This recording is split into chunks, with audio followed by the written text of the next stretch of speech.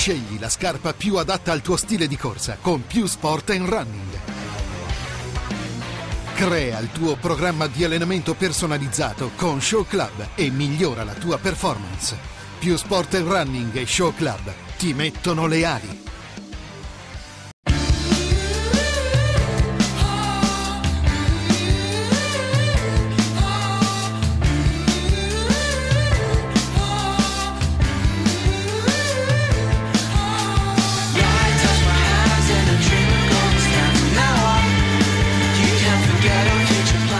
Il Veneto va, e come se va. La rappresentativa regionale guidata da Enzo Agostini si è aggiudicata il secondo trofeo Città di Caorle, esagonale Under 20 andato in scena allo stadio Chiggiato.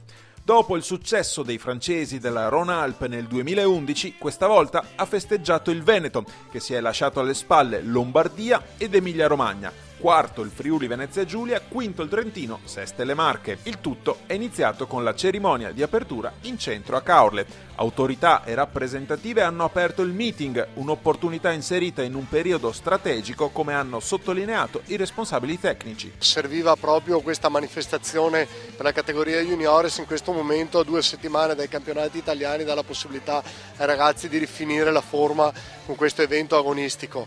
È stata un'ottima idea inserire questa gara e testimonia la collaborazione tecnica tra le regioni. Quest'anno per gli junior, a parte i mondiali, non ci sono altre opportunità, per gli allievi non ci sono opportunità, quindi inserendo un po' di junior che non andranno ai mondiali e allievi che non hanno nient'altro è veramente bella come manifestazione. È fatta molto bene, le gare sono molto stringate, si fa velocemente, per i ragazzi è veramente divertente. Alla qualità tecnica del parco atleti si somma perciò per il Veneto anche la qualità organizzativa supportata dal comune di Caorle. Siamo orgogliosi di aver riproposto anche quest'anno il trofeo Città di Caorle. Io sono neoassessore e inauguro la mia nuova attività con questo, quindi sono orgoglioso anch'io e cercheremo di riproporlo anche i prossimi anni, magari ampliandolo ancora. Vogliamo farlo diventare un appuntamento tradizionale da inserire nel calendario internazionale, 6 rappresentative italiane e 6 straniere, e che abbiamo già cooptato e che sicuramente ci saranno l'anno prossimo. Noi ce lo auguriamo sicuramente, non soltanto per la provincia di Venezia, ma per l'atletica veneta e per l'atletica italiana. Credo che i risultati tecnici l'abbiano dimostrato in questa bellissima giornata, è una manifestazione che abbiamo voluto e che siamo certi avrà nel futuro il successo che merita. Veniamo alle gare del secondo trofeo Città di Caorle. Si è iniziato il sabato sera, dove si è marciato all'interno della suggestiva cornice del centro cittadino. Fra le donne si è imposta sui 5 km la lombarda Elena Poli con 23,20, mentre sui 10 km uomini il marchigiano Michele Antonelli ha chiuso con 44,28. Il tempo è stato buono, comunque 44,28 è un buon tempo. Diciamo il percorso era tanto muscolare, è stato duro anche sui San Pietrini, comunque marciare non è facile. Il meeting mi è piaciuto molto perché già ho dato la possibilità di confrontarmi con altre regioni, comunque con altri ragazzi come Daniele, che è il campione italiano indoor allievi, quindi è stata di qualità, diciamo, la gara. Soprattutto anche per l'Emilia, dopo quello che è successo, è stata una bella esperienza e niente, penso che la ricorderò con felicità questa esperienza perché è stata veramente bella. Fra le rappresentative c'era anche l'Emilia-Romagna, come ha ricordato Antonelli, nonostante la difficile situazione che buona parte del territorio sta affrontando a causa del terremoto. È un segnale che vogliamo dare di ripresa, di continuare, di risollevarci, e quindi l'atletica ci aiuta i ragazzi a non pensare a quello che gli è successo e a essere qui a continuare a fare tutto quello che facevano prima, come prima e magari anche meglio di prima, con più motivazione. Passando alle gare della domenica, la carica per il Veneto l'ha suonata di buon mattino il veneziano Riccardo Pagan, arrivato a 7,27 nella prima gara di lungo della sua stagione. E grazie al 7,23 del vicentino Francesco Turatello, dal lungo arriva anche la prima doppietta veneta di giornata. È stata una bellissima esperienza, oggi ho saltato 7,27 e come prima gara sono soddisfatto. Meglio penso che non potesse andare. Oggi ho fatto 7,23, quindi sono andato vicino anche al personale e di mattina sono piuttosto soddisfatto, anche considerato che mancano 2 settimane ai campionati italiani, quindi sono contento, sono soddisfatto della misura. Riccardo Pagan ha ricevuto anche il premio come miglior risultato tecnico maschile, mentre al femminile è stata un'altra veneta a ricevere l'ambito riconoscimento.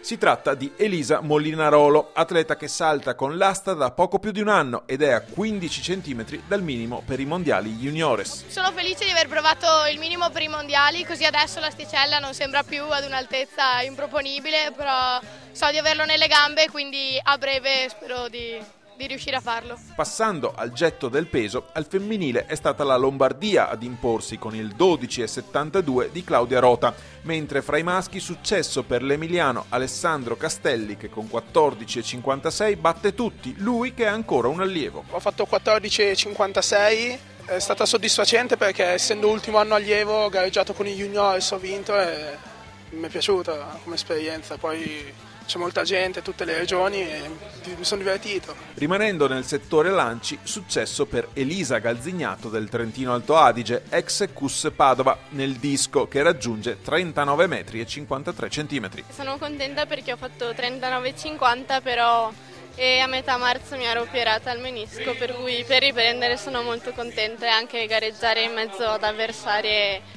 di un buon livello è sempre uno stimolo. Per quanto riguarda le brevi distanze, in campo femminile è il Friuli Venezia Giulia a dominare. Nei 100 piani si impone con 12,33 Elisa Paiero, atleta che ha già il minimo per i mondiali, e nei 100 ostacoli la più veloce è Giada Carmassi che conclude con 14,49. Non solo, il Friuli Venezia Giulia si impone anche nella 4%, sempre con loro, assieme a Cellamare e Masolini. C'era tanto vento però mi sono seduta bene, anche se ho avuto problemi alla schiena, e il 12,33 ho fatto. Sì, dai, col vento che c'era, meno 2 contro. Ho fatto 14,49 e considerando che c'è molto vento contro sono contenta. Adesso avrò una gara tra 2 settimane ai campionati italiani che insomma appunto a fare il minimo per i mondiali dato che mi manca un decimo. E comunque è stata una bella esperienza anche per confrontarmi con quelle che saranno poi le mie avversarie ai campionati italiani e sono contenta.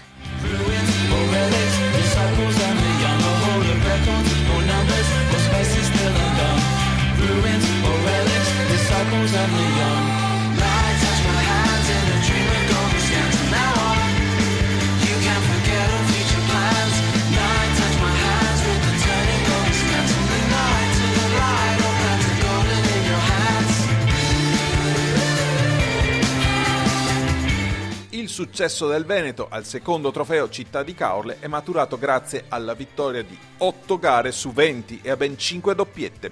Oltre a Pagan e Turatello nel lungo maschile e Molinarolo e Bellon nell'asta femminile, sono Scapin e Reginato le prime a classificarsi nei 400. La gara è andata così perché c'era un sacco di vento contro nell'ultimo rettilineo. Poi è umido e mattina, però va bene, insomma. E poi è bello perché ci siamo tutti quanti insieme, ci divertiamo, ieri sera siamo stati insieme, abbiamo fatto la sfilata, è stato bello. No, io posso dire la stessa cosa che ha detto lei per il vento e l'umidità, però ho fatto il personale di 2 centesimi e sono contenta così, insomma stavo bene, alla fine ho fatto un bel finale e sono contenta così. E è la prima volta che faccio una rappresentativa regionale, quindi sono contenta. Raddoppiamo la misura e troviamo un'altra doppietta veneta, sempre al femminile. Federica Del Buono e Silvia Pento chiudono al comando la gara degli 800. Sono contenta della gara perché ho vinto ovviamente un po' il tempo, ho fatto 3 secondi di più, però comunque le condizioni non erano le migliori, quindi sono contenta lo stesso. Sono partita dietro il primo giro, però poi mi sono ripresa e ho aumentato bene gli ultimi 300, ho fatto un bello scatto finale, quindi sono contenta, soddisfatta del tempo. Tempo un po' meno, però il risultato sì, dai. Da segnalare infine fra le doppiette nel lungo femminile il 5,88 di Gaia Giurato, prima classificata, ed il 5,70 di Giada Palezza, seconda. Tornando alla velocità, riecco la Lombardia con Federico Cattaneo. È lui a tagliare per primo la linea del traguardo con un buon 11,28. Sono molto contento perché mi sono presentato qua col miglior tempo, però le condizioni non erano ottime. Infatti è molto umido, vento contro di meno 2,6 mi dicono. Settimana ho caricato in vista dei nazionali che ci sono a Misano e buono, sono molto contento dell'11,28.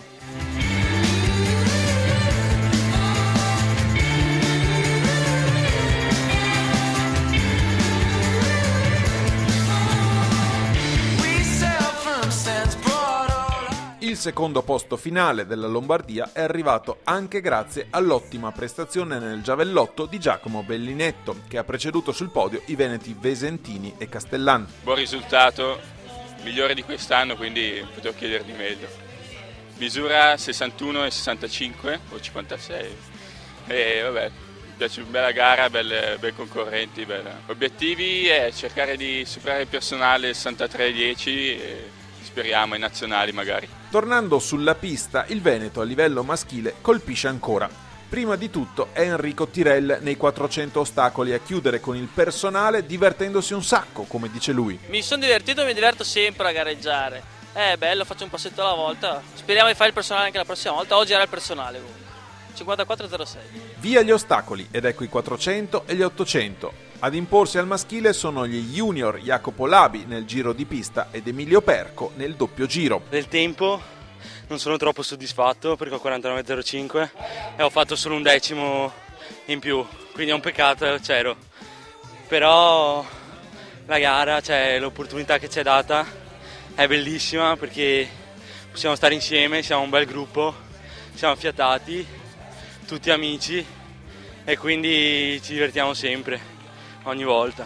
È stata una bella prova per vedere anche come sto adesso e mi sono divertito. Il tempo sarebbe da andare sotto l'1,50 sull'800 che ci proviamo insomma. E dopo anche un miglioramento sui 1.500. Quindi io ci sono, tempo ce n'è, si prova. Bisogna andare forte, con calma. Però oggi è stata una bella esperienza anche come gruppo, con tutte le altre regioni, quindi da rifare assolutamente. In queste regioni c'è il meglio dell'atletica, quindi le gare sono di buon livello. È una bella opportunità di gareggiare contro gente forte. Insomma, il secondo trofeo Città di Caorle è stato un meeting da incorniciare, in attesa dei campionati italiani juniores in programma tra 2 settimane a Misano Adriatico e dei mondiali Under 20 che si disputeranno a metà luglio a Barcellona.